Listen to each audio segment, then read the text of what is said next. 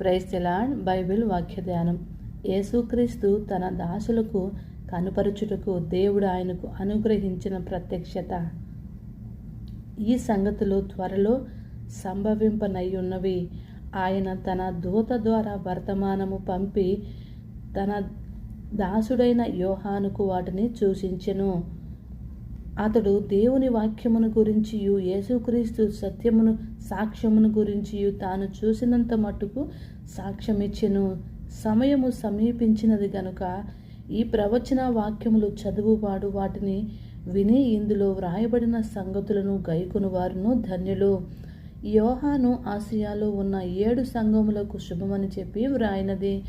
వర్తమాన భూత భవిష్యత్ కాలంలో ఉన్న వాని నుండి ఆయన సింహాసనం ఎదుట ఉన్న 7 ఆత్మల నుండి నమ్మకమైన సాక్షియు మృతుల్లో నుండి ఆది సంభూతునిగా లేచిన వాడును భూపతులకు అధిపతి అయిన యేసుక్రీస్తు నుండి కృప సమాధానము మీకు కలుగునుగాక. మనల్ని ప్రేమించుచు తన రక్తము వలన మన పాపముల నుండి మనల్ని విడిపించిన వానికి మహిమయు ప్రభావము యుగయుగములు కలుగునుగాక. ఆమేన్. ఆయన మనల్ని తన తండ్రి యగు దేవునికి ఒక రాజ్యముగాను యాజకులుగాను చేసెను. ఇదిగో ఆయన మేఘారుడై వచ్చుచున్నాడు. ప్రతి నేత్రము ఆయనను చూసును. ఆయనను పొడిచిన వారును చూసెదరు. భూజనులందరూ ఆయనను చూసి రొమ్ము కొట్టుకుందరు. అవును, ఆమేన్. అల్పాయు మేఘాయు నేనే, వర్తమాన భూత భవిష్యత్ కాలంలో ఉన్నవాడును నేనే అని సర్వాధికారియు దేవుడగు ప్రభువు సెలవిచ్చుచున్నాడు. మీ సహోదరుడును యేసును బట్టి కలుగు శ్రమల్లోనూ రాజ్యముల్లోనూ